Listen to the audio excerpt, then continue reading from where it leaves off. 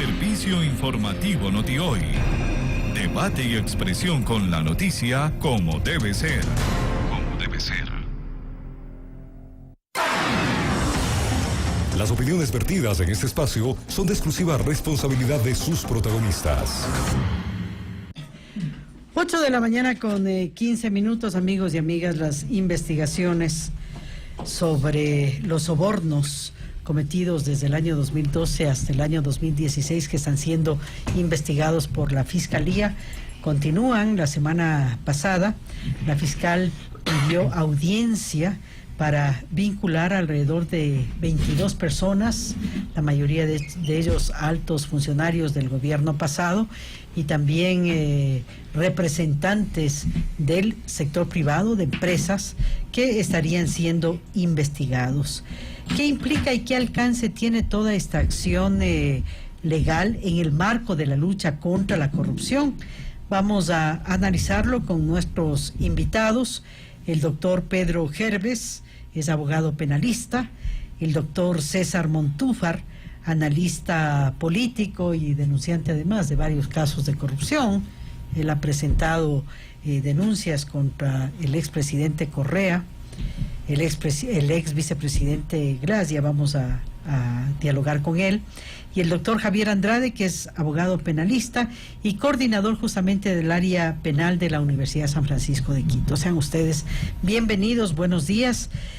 Vamos con una primera visión del tema, doctor Gerves. ¿Qué implican estas acciones de fiscalía en la lucha contra la corrupción? Buenos días a los radioescuchas. Un gusto estar aquí con panelistas de esta clase. A ver, yo creo que es importante, todos los días tenemos noticias de que han habido actos de corrupción por el gobierno de Correa, y es importante que ahora sí se vaya desestructurando esta organización, ¿no es cierto?, delictiva. Sin embargo, yo creo que también hay que ir más allá. Y creo que la fiscal, para demostrar que efectivamente es una mujer imparcial, como lo ha estado demostrando, tiene que ir también no solo contra las personas de Correa, sino también contra los de Moreno, y ver también el tema de las elecciones que se dieron para las elecciones presidenciales del presidente Moreno. Bueno, a propósito de eso, se viene un año político y vamos a ver cómo se complica todo este escenario. Doctor Montúfar, usted ha hecho seguimiento y ha sido parte además de algunos de los procesos. ¿Cómo advierte usted los pasos que se están dando? Un poco la percepción es que son tantos los hechos de corrupción que a momentos rebasa la capacidad que tiene el sistema de justicia en el país. Bienvenido, buenos días. Muy buenos días, un saludo a todos los oyentes de Notihoy y a los doctores Gerves y Andrade, por un honor conversar con ellos en esta mañana. A ver, yo creo que en realidad el Ecuador está en este momento en una coyuntura que es decisiva en el sentido de que tenemos, creo que como país y sus instituciones tienen la tarea de desmontar toda una estructura de corrupción institucionalizada que se instauró en el Ecuador en la última década. Y creo que esto es fundamental porque en realidad estamos ante un modelo, ante un esquema que no es solamente, que no ocurrió únicamente en el Ecuador, sino que en varios países de América Latina, en que la corrupción dejó de ser, digamos, el resultado aislado o el caso excepcional de quebrantamientos a la ley o a la ética de determinados funcionarios públicos, para transformarse en un sistema que por supuesto incorpora personas, en un sistema que además incorpora al Estado y a la cúpula del Estado y a empresas. Y creo que eso es un tema fundamental, porque en realidad estamos hablando de un sistema institucionalizado de corrupción.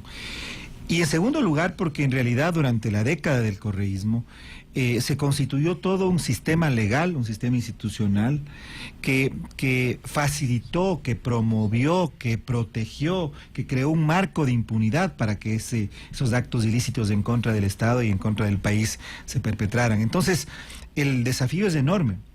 Y lo que yo sí siento es que lastimosamente las instituciones ecuatorianas, incluso más allá de la voluntad que puedan tener algunos funcionarios, no están en capacidad de asumir ese desafío. Yo creo que en realidad el desmontar esta estructura institucionalizada de corrupción implica una reforma legal enorme. Hace poco recién acaba la Corte Constitucional de declarar la inconstitucionalidad del artículo 581, que era uno de las formas a través de las cuales se buscó dejar la impunidad. Lo de Contraloría, ¿no? Lo del requisito de informe previo. De informe de responsabilidad penal de la Contraloría para iniciar una acción, la acción penal, de una investigación penal en la Fiscalía. Es decir, creo que el desafío es enorme y me parece a mí que lastimosamente, más allá de lo que pueda ser la buena disposición, la voluntad, incluso la valentía de ciertas autoridades, la empresa es mucho más grande y creo que en eso nos estamos quedando todavía muy cortos.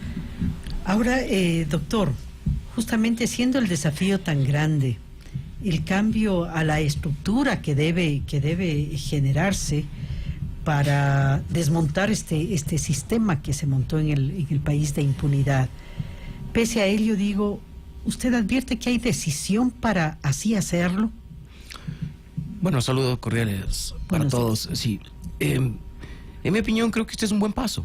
Es decir, de los 16 procesos que se le han iniciado al expresidente Correa, creo que este es una clara evidencia de que los procesos avanzan y que finalmente se están encontrando responsables. No olvidemos que esta vinculación, no solamente del expresidente, sino de sus colaboradores y, además de eso, empresas, da muestras de dos señales que son muy particulares hablando procesalmente.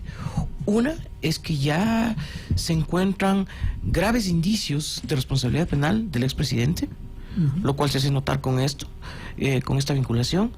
Lo otro es que, como decía el doctor Montúfar, ciertamente es importante que hay corruptores en este caso, es decir, hubieron empresarios que pagaron y que estuvieron dispuestos a asumir el riesgo de enfrentarse a esto. Una causa penal que no solamente les desprestigia como empresarios, sino desprestigia esta forma de hacer en forma libre, tener relaciones comerciales éticas, correctas, adecuadas. Y finalmente, creo que es importante entender, sobre todo para la política, de que esta política sin principios y sin escrúpulos finalmente tiene como resultado algo, y es persecución política, persecución penal. Y esta persecución política y penal que ha venido definitivamente dándose en estos últimos tiempos nos da un denominador común, y es que es necesario entender que para realizar un cambio, el cambio involucra no solamente en la parte política, empresaria, sino el cambio en cada una de las personas, que definitivamente van a aportar con algo que es lo que definitivamente hace. Ahora, nada más una cosa, doctor. Justamente el 26 de julio fueron los 100 días de gestión de la fiscal. Creo que su lucha contra la corrupción es evidente. La pregunta es, ¿en qué medida el sistema, el Estado, está proporcionando los instrumentos necesarios a Diana Salazar para que ella pueda efectuar una gestión con mayor celeridad de la que ya la hace ahora en el marco de esta serie de limitaciones que ella enfrenta? Es excelente esa pregunta, porque en realidad tiene dos obstáculos que superar ahorita Diana Salazar. Uno, ya lo ha hecho público, y es que para desmantelar todo lo que ha habido, una organización necesita muchísima gente. He conversado con colegas, amigos fiscales, y la preocupación de ellos es que están abarrotados de trabajo y tienen cantidad de documentación que revisar e investigar. Ese es un primer obstáculo, es decir, recursos humanos dentro de la Fiscalía, montar una unidad especializada. Y segundo, que ya no depende de la fiscal, sino de la justicia, es decir, tener administradores de justicia penal que sean dignos del cargo. Y cuando digo dignos, es que enfrenten con dignidad el saber manejar esto, no desde el punto de vista anticorreísta, como muchas veces se lo plantea, sino desde el punto de vista jurídico, es decir, en derecho. Ahora bien, doctor Herbes, el abogado Pedro Granja en un tuit cuestiona, bueno, en general se pondera las iniciativas que ha tenido la fiscal, pero, por ejemplo, se cuestiona que no se incorpore a Odebrecht en la lista, aparte de otros nombres. Se habla de Tomislav Topic, Pedro Espinosa, en fin, una serie de personajes. ¿Usted cree que efectivamente se debió incluir a Odebrecht porque se dice que no se puede a propósito de no incluir en un mismo delito en este caso a una empresa como Odebrecht? ¿Es así? Bueno, yo creo que es importante realmente, y el nuevo que ya se comience sobre todo a investigar y a perseguir también a los corruptores. Eso creo que es un paso importante, porque al final solo, como he dicho algunas veces, estamos con el boom político y el boom mediático y queremos irnos contra nada más los políticos, pero nos olvidamos que aquí hubo gente que pagó también, sí, y que además se fue en contra del Código de la Democracia porque eran personas jurídicas que no podían hacer aportes.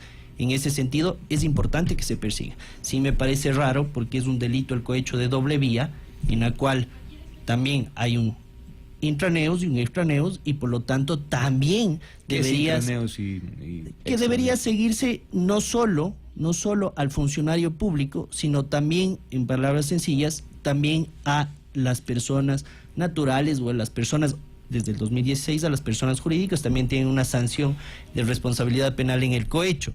Entonces tendría que seguirse, y también creería que debería estar Odebrecht. Ahora, la discusión también ha venido y han dicho, bueno, en el 2016 se da esta reforma de que se tiene que sancionar a la persona jurídica. El artículo 71 de nuestro Código Orgánico Integral Penal dice que la responsabilidad individual de las personas, sí, que presuntamente participen dentro de un acto delictual, es diferente o está separada de la persona jurídica.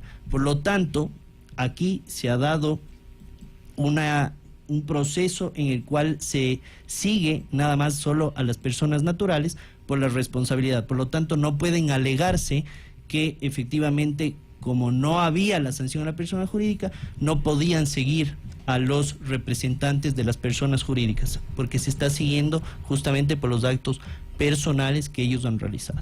Doctor Montúfar, el que no se incluya a también, por ejemplo, Vaca Mancheno, decía Espinosa y otros, ¿podría argumentarse que quizás no haya los argumentos de convicción suficientes como para incorporarlos? ¿Usted cree que hay elementos para eso?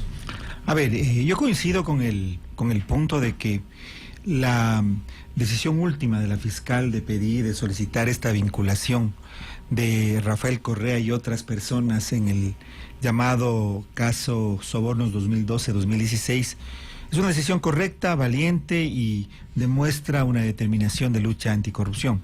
Sin embargo, me parece que es preocupante el hecho de que no se hayan incluido algunas otras personas. Hay la discusión de si es que podrían incluirse a empresas, puesto que desde el 2014 el Código Integral Penal lo permitiría. Sin embargo, siendo que el delito se inició en el 2012, me parece que es la razón por la cual la fiscal no incorpora empresas, sino únicamente a personas, es decir, a los representantes representantes legales de las empresas. Bueno, hasta ahí. Pero ¿quién falta? Falta, por supuesto, el señor Tomislav Topic de Telconet. Es decir, aquí hay un elemento, no solamente en este caso, en muchos otros que se podrían articular y evidentemente esta vinculación es importante. Falta la empresa Odebrecht y más que la empresa Odebrecht, por la discusión que decía hace un momento, más bien los funcionarios de Odebrecht en el Ecuador. En la declaración de Geraldo de Sousa, en la versión de Gerardo de Sousa dentro de la instrucción fiscal, él claramente dice que él entregó varios sobres a Pamela Martínez por orden de Concienciado Santos. Ahora, resulta que Concienciado Santos fue parte de una cooperación que firmó, parte de una cooperación que la empresa Odebrecht acordó o firmó con el exfiscal Vaca Mancheno en mayo del 2017. Y en esa ocasión, que fue a propósito del juicio por asociación ilícita en contra del expresidente Jorge Glass, Concienciado Santos omitió información, ocultó información, ¿o qué pasó? Entonces aquí hay un tema importante, porque ya hubo un acuerdo de cooperación y Concienciado Santos no habló de todo esto que ahora aparece en Arroz Verde. Entonces, es un tema que hay que aclarar. Y por eso es que es también tan importante la vinculación de Vaca Mancheno. Primero porque Vaca Mancheno aparece me parece que es en los cuadernos de Pamela Martínez, o en los cuadernos de Pamela Martínez o en los archivos de Laura Terán, como alguien que habría autorizado pagos de esta trama de corrupción. Entonces ya apareció en este tema. Y en segundo lugar, porque él fue fiscal, es decir, estuvo a cargo de la investigación, que es un tema importantísimo. Y tercero, porque él fue una de las personas con las que Odebrecht llegó a un acuerdo de cooperación eficaz. Entonces hay 3 razones importantísimas por las que Vaca Mancheno tiene que ser vinculado. Entonces me parece que la omisión de Vaca Mancheno y la omisión de su asesor Pedro Espinosa, yo cuento esto porque es anecdótico y hasta en algunos momentos espeluznante. Pedro Espinosa aparece en esta trama de corrupción, en los correos de Pamela Martínez, como el que recibía los sobres de dinero de su oficina y los entregaba a Alexis Mera, porque él era asesor de Alexis Mera. Después él pasa a ser asesor de Vaca Mancheno. Y como asesor de Vaca Mancheno, él viaja a Brasil para esta investigación y investigación del tema Lavallato. Y como asesor de Vaca Mancheno entiendo que habrá participado también del acuerdo de cooperación con Odebrecht. Pero además, y esto es lo anecdótico, en el juicio en contra de Jorge Glass por asociación ilícita, él estaba sentado junto a Vaca Mancheno en la parte acusadora, al lado mío, que yo fui acusador particular. Entonces aquí resulta que la persona que llevaba el dinero de Odebrecht, que era quien estaba sentado en la parte acusadora. Entonces realmente resulta espeluznante. Y después el señor Pedro Espinosa pasa a ser asesor de la doctora Diana Salazar en la UAFE. Entonces, aquí hay un tema que todos estos detalles son importantes y me parece que por lo tanto él también tiene que ser vinculado. Ahora bien, hay un cuestionamiento, doctor Andrade, en el tema de estas negociaciones que el Estado ecuatoriano está realizando con Odebrecht, y se preguntan, yo por lo pronto lo he hecho incluso en el Twitter, y voy a leer parte de ese tweet para ser más breve. Dice, cuando atrapan a un funcionario ladrón, no trabaja más para el Estado, es decir, queda proscrito. ¿Por qué entonces Ecuador es tan paternal con Odebrecht? ¿Alguien cree que ahora son honestos? Es decir, hay una transformación en la empresa que entonces ahora sí vamos a creer que todo es maravilloso y pues para que regresen, porque por ahí va el tema. El ministro Pérez estaba diciendo que de alguna forma Odebrecht está haciendo méritos para que vuelva a trabajar. ¿Cómo así? Con una empresa que nos ha destruido en términos morales, en términos de infraestructura, con un volumen tan alto. ¿Por qué somos tan benignos con ellos?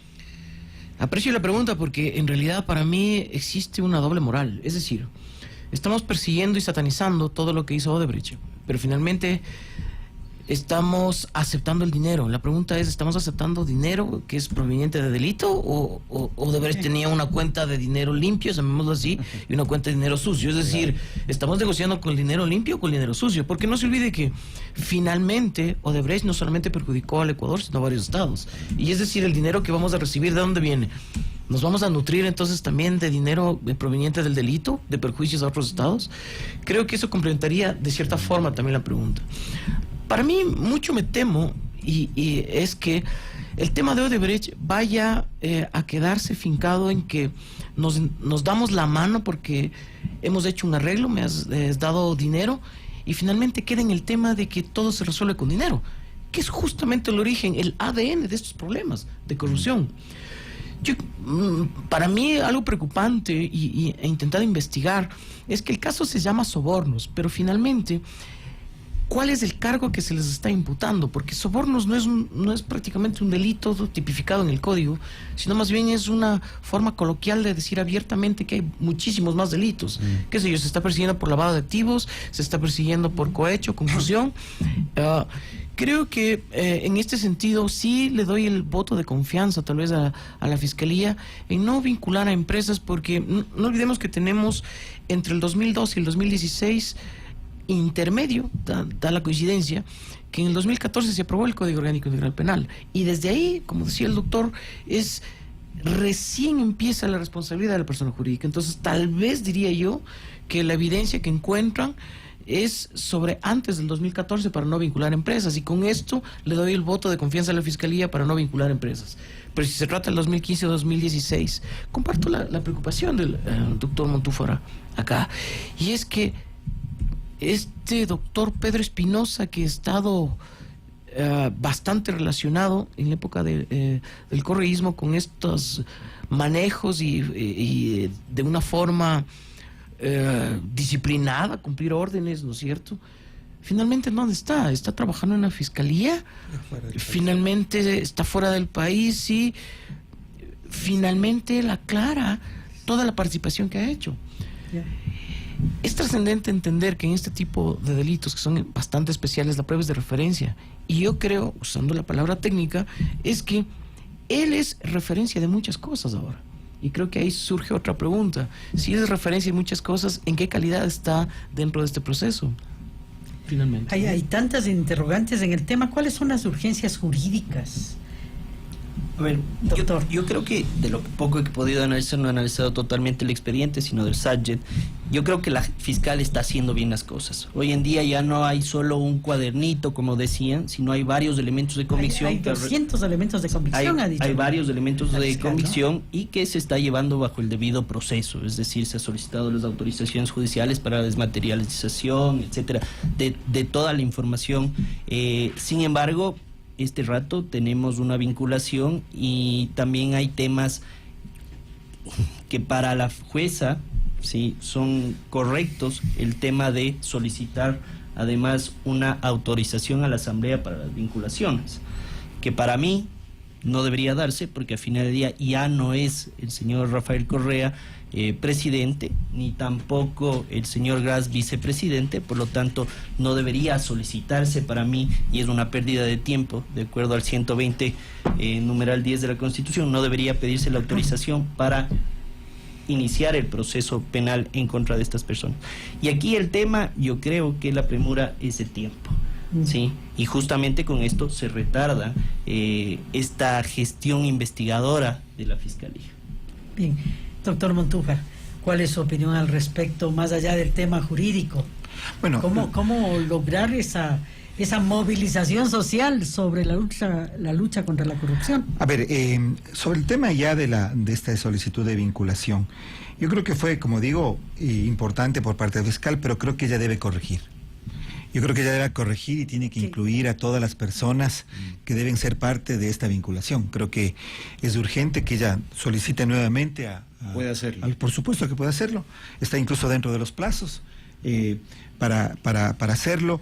A la vinculación de Vaca Mancheno, de Pedro Espinosa, de José José Santos y Geraldo Sousa, que son personeros de Odebrecht, que participaron en esta trama de corrupción, y del señor Tomislav Topic de Telconet. No sé si hay otros también representantes legales de otras empresas que no han sido vinculadas, pero al menos estas 6 personas deberían ser vinculadas, y la fiscal está a tiempo de corregir si es que se le olvidó, si hubo una omisión. Me parece que eso es importante. Lo segundo, creo que con relación a lo que decía el doctor Andrade hace un momento, el tema de la reparación, y estas, yo diría, desventuradas declaraciones del actual ministro Pérez de Energía, de ya hablar de que Odebrecht puede seguir contratando con el Estado. Yo creo que ese es un tema para después, es decir, que se está adelantando.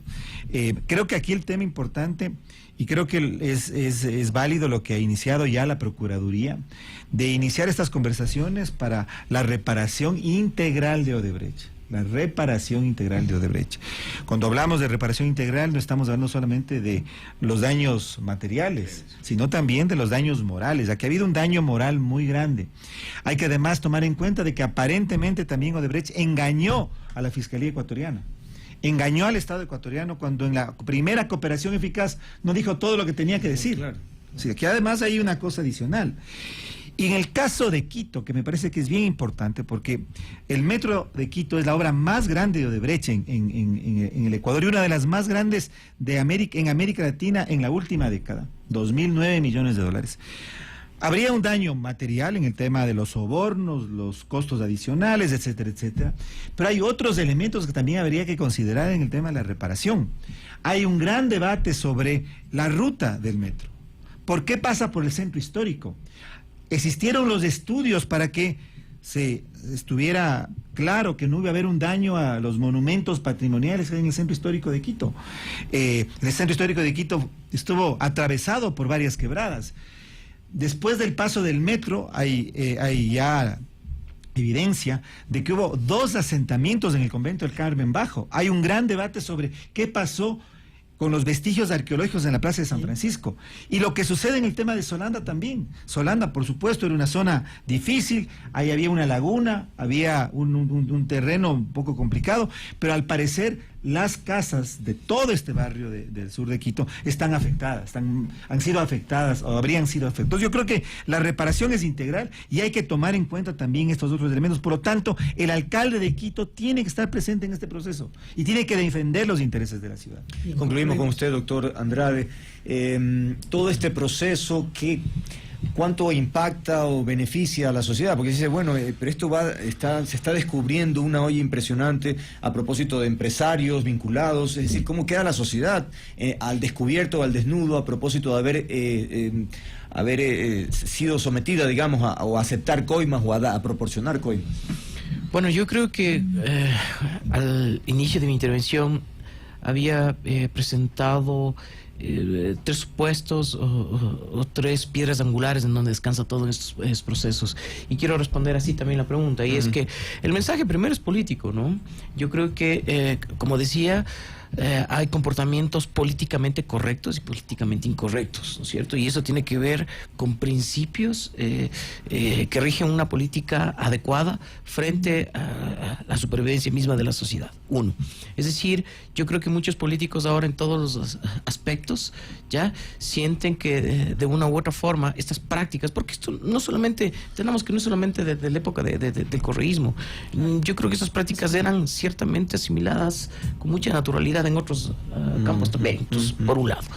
Lo otro es que yo creo, yo hablo ahí si yo por mí como ciudadano, es que sí siento tranquilidad al saber que se persiguen este tipo de conductas. Es decir, intentar como abogado también confiar en un sistema en donde la seguridad está en que ya no se desnaturaliza la persecución penal, sino se persigue realmente a quienes cometieron estos crímenes que son pero atroces, porque los perjuicios son colaterales incalculables, ¿no es cierto? Y un tercer componente es que no se olvide que desmontar toda esta institucionalización del crimen, llamémoslo así, involucra tiempo, involucra serenidad y sobre todo combatir de la misma forma y cómo se creaba, y es con audacia. Fueron extremadamente audaces y son extremadamente audaces en hacer sus declaraciones y proclamas de inocencia. Audaces y cínicos. Sí, vale la pena también completar eso. Pero además, yo creo que sí necesitamos un fiscal y una justicia que sea audaz también para perseguir los crímenes tal y como lo está haciendo. Así es que yo creo que el mensaje es bastante positivo y soy bastante optimista en ese aspecto. Bien, muchas gracias por habernos acompañado, doctor Gervais, doctor Montúfar y doctor Andrade, muy gentil por haber estado con nosotros. 8:40, un paréntesis, ya venimos.